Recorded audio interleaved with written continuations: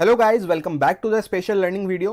आज की इस वीडियो में मैं आपके साथ शेयर करना चाहता हूं 4 ऐसे साइकोलॉजी पॉइंट्स जिससे आप प्राइस एक्शन को अच्छे से रीड कर पाएंगे प्लस उसे फील कर पाएंगे।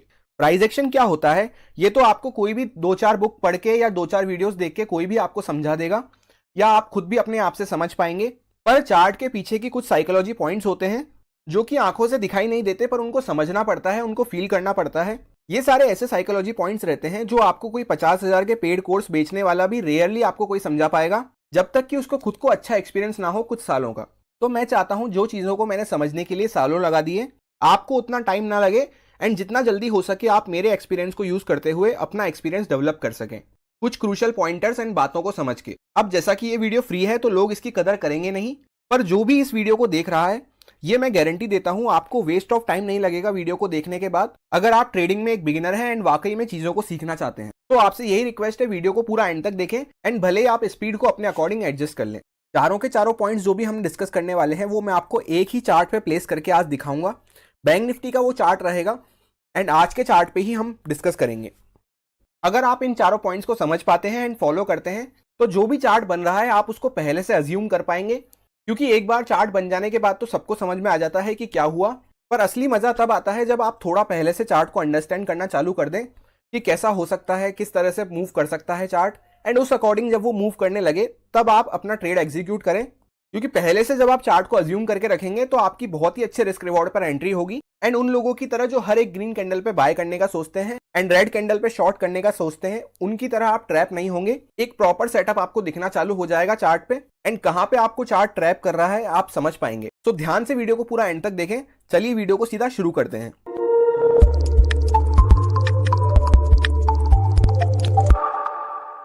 अब जिससे पहले कि हम फर्स्ट पॉइंट को डिस्कस करें, आपको ये बेसिक लर्निंग पता रहनी चाहिए।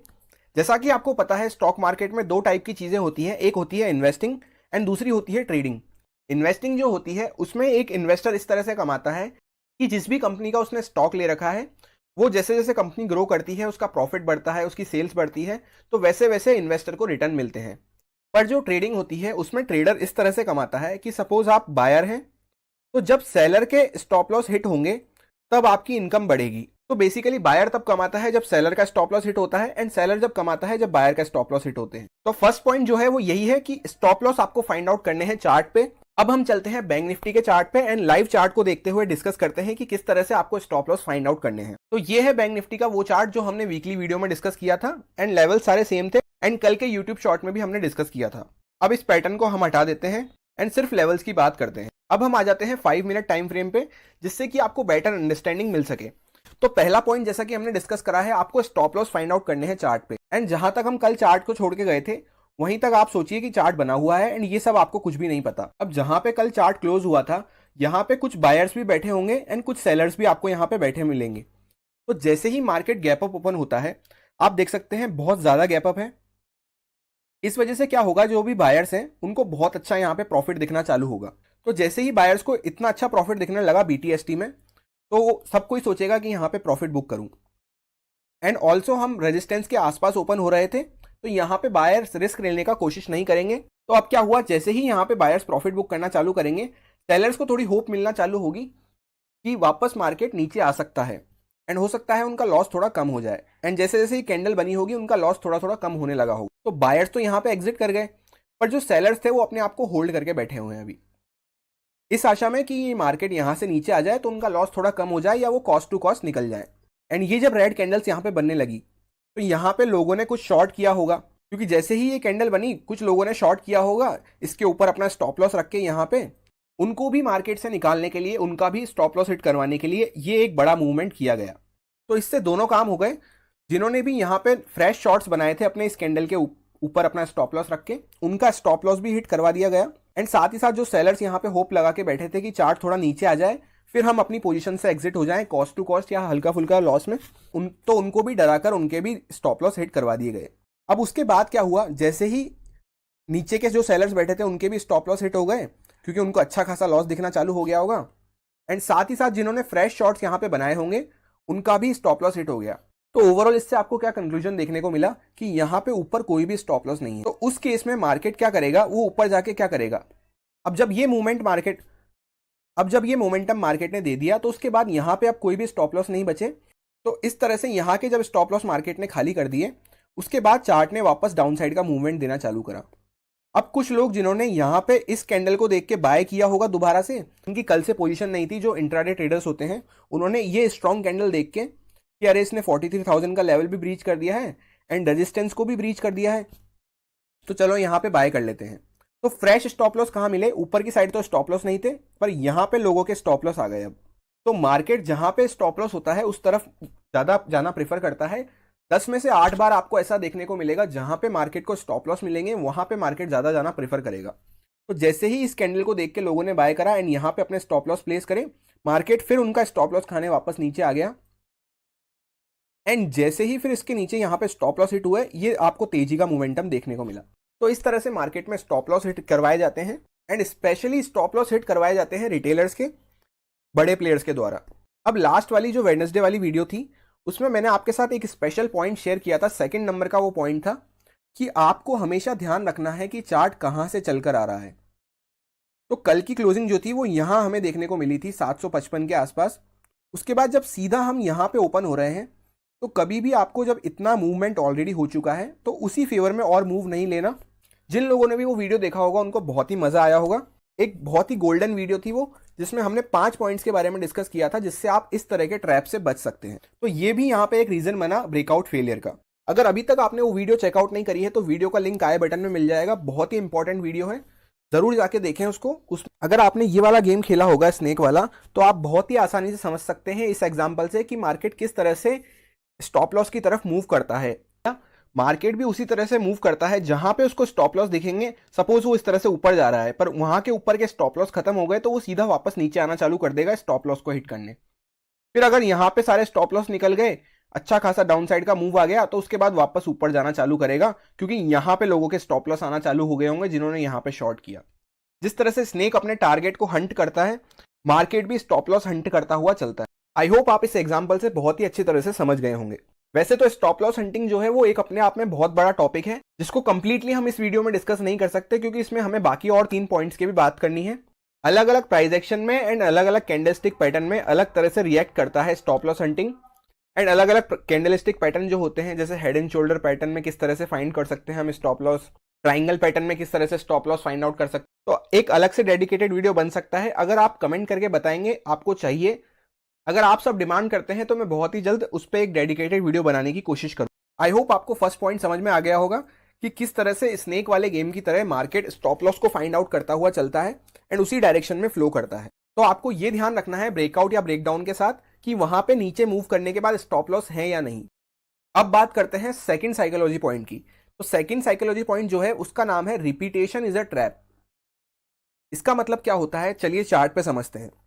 मार्केट में कभी भी कोई चीज बार बार रिपीट हो रही है, 2 से 3 बार सेम चीज रिपीट होने के बाद कभी भी ये एक्सपेक्ट ना करें कि वही चीज रिपीट होती रहेगी, क्योंकि मार्केट का यही नेचर है। मार्केट कंटिन्यूअसली अपने आप को चेंज करता रहता है, इस चक्कर में कि कोई भी उसकी चाल को पकड़ ना पाए। तो एक एग्जाम्पल से समझते हैं।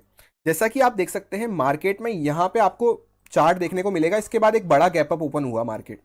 तो क्या हुआ, फर्स्ट हाफ में गैप अप ओपन होते ही एक अच्छा मूवमेंट आया अप साइड पे एंड सेकंड हाफ में हमें सेलिंग देखने को मिली। उसके बाद दोबारा क्या हुआ, अगले दिन मार्केट गैप अप ओपन होता है, फर्स्ट हाफ में अच्छा मूव आता है, उसके बाद सेकंड हाफ में दोबारा सेलिंग हमें देखने को मिल जाती है। तो अब ऑलरेडी जब 2 बार ये सेम चीज रिपीट हो चुकी है, हम थर्ड बार ये चीज एक्सपेक्ट नहीं कर सकते कि सेम चीज होगी। तो जैसे ही आज के दिन मार्केट फिर से गैप अप ओपन हुआ, तो ऑलरेडी पहले 2 दिन से मार्केट गैप अप ओपन होते ही थोड़ा एक अच्छा मूव देता था अप साइड पे एंड फिर सेल ऑफ आता था। पर इस बार क्या हुआ, मार्केट ने सिर्फ एक कैंडल बनाई एंड लोगों को यहाँ पे लगा कि कल की तरह जैसे मार्केट पिछले कुछ दिनों से अच्छा मूव दे रहा था, तो यहाँ पे भर भर के बायर्स बैठ गए होंगे कि थोड़ा बहुत तो अच्छा मूव देगा अप साइड पे। पर आज मार्केट ने क्या करा, रिपीटेशन मार्केट ने ना करते हुए एक कैंडल बनाने के बाद जैसे ही यहाँ पे सेलर्स खत्म हुए, उसके बाद एक अच्छा डाउन साइड का मूव दे दिया। एंड साथ ही साथ आपको देखने को मिलेगा 2 दिन से जो डाउन साइड का मूव आ रहा था वो बहुत ही चौपी सा मूव आ रहा था, इस तरह से कंसोलिडेट करता हुआ, बार बार जिगजैग करता हुआ। पर आज का जो डाउन साइड का मूव आया ये बहुत ही शार्प था। क्यों था, क्योंकि लोगों को एक्सपेक्टेड नहीं था। लोगों को क्या चीजें एक्सपेक्टेड रहती हैं जो बार बार रिपीट हो रही हो, स्पेशली न्यू रिटेलर्स को। क्योंकि वो सोचते हैं अरे कल भी तो मार्केट ने ऐसा ही किया था, आज भी मार्केट ऐसा ही करेगा। पर ऑलरेडी ये बात ध्यान रखें, 2 बार अगर कोई चीज़ हो चुकी है, जैसे कोई लेवल है वो 2 से 3 बार सपोर्ट दे चुका है, तो अब तीसरी या चौथी बार जब उसके पास जा रहा है चार्ट, तो वहां पे आप कॉशियस रहें। तो सेकंड पॉइंट आपको ये ध्यान रखना है कि अगर कोई चीज़ बार बार रिपीट हो रही है, जैसे कोई ट्रेंड लाइन है, एक्स वाई जेड कुछ भी चीज़ होती है मार्केट में, अगर 2 से 3 बार आपको होती हुई दिख गई है, तो उसका ये एक्सपेक्ट ना करें कि वो चौथी बार भी होगी, 5वीं बार भी होगी। अब थर्ड जो हमारा पॉइंट है वो है सपोर्ट और रेजिस्टेंस पे किस तरह से मार्केट आपको ट्रैप करता है। तो उसके लिए भी हम चलते हैं सेम चार्ट पे बैंक निफ्टी के, एंड 5 मिनट टाइम फ्रेम पे आज का चार्ट हम देखते हैं। तो आज आपको क्या देखने को मिलेगा, जैसा कि हमने डिस्कस किया, यहाँ पे जब स्टॉप लॉस हिट हुए तो एक अच्छा डाउन साइड का हमें मोमेंटम देखने को मिला। तो जब चार्ट ऑलरेडी ऊपर से इतना अच्छा मोमेंटम देता हुआ आ रहा है, फिर कोई लेवल आता है, तो ये लेवल हमने वही था जो हमने वीकली वीडियो में भी डिस्कस करा, एंड यूट्यूब शॉर्ट में भी डिस्कस करा। तो इस लेवल के आसपास आके चार्ट रुकता है, तो इसका ये मतलब नहीं है कि आप यहाँ पे बाय कर लेंगे। लोग किस वजह से ट्रैप होते हैं कि यहाँ पे जैसे ही सपोर्ट पे आया, अरे बाय कर लो, यहाँ से मार्केट ऊपर जाएगा। पर मैंने आपको लास्ट वेडनेसडे वीडियो में एक बात बताई थी कि जैसे ही क्रूशियल लेवल पे मार्केट आता है, तो यहाँ से जो शॉर्ट करके बैठे हैं वो अपना प्रॉफिट बुक करते हैं, तो उस वजह से आपको ये कैंडल्स देखने को मिलती हैं। पर लोग मिसलीड क्या करते हैं कि जैसे ही ये ग्रीन कैंडल बनी, अरे मार्केट यहाँ से ऊपर जाएगा, इसके नीचे डाला स्टॉप लॉस और बाय कर लिया। जो लोग यहाँ से ये जर्नी पूरी एंजॉय नहीं कर पाए, वो गलती क्या करते हैं, वो सोचते हैं जैसे ही ये ग्रीन कैंडल बनी, अरे मार्केट ऊपर जाएगा, भागेगा भागेगा, यहाँ पे बाय कर लिया इसके नीचे स्टॉप लॉस डाल के। पर मार्केट वापस नीचे आया, इसका स्टॉप लॉस खा लिया इस कैंडल के नीचे का। फिर अब लोगों को क्या लगा कि अगर अरे यहाँ का स्टॉप लॉस खत्म हो गया है, अब एकदम सपोर्ट पे आ गया है मार्केट, पहले हल्का सा ऊपर से मूव दे रहा था, तो अब तो यहाँ से पक्का मूव देगा ही। तो जो लोग यहाँ पे प्रॉफिट बुक नहीं करे थे, वो लोग यहाँ पे प्रॉफिट बुक करते हैं, उस वजह से आपको ये ग्रीन कैंडल्स देखने को मिलती हैं।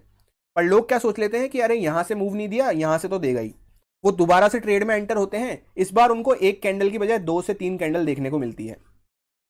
वो सोचते हैं कि अच्छा है, हमारे फेवर में आ रहा है ट्रेड, हम अच्छी जगह पे प्लेस्ड हो गए, अच्छी जगह पे बैठ गए, एंड यहाँ पे उनका स्टॉप लॉस पड़ा था।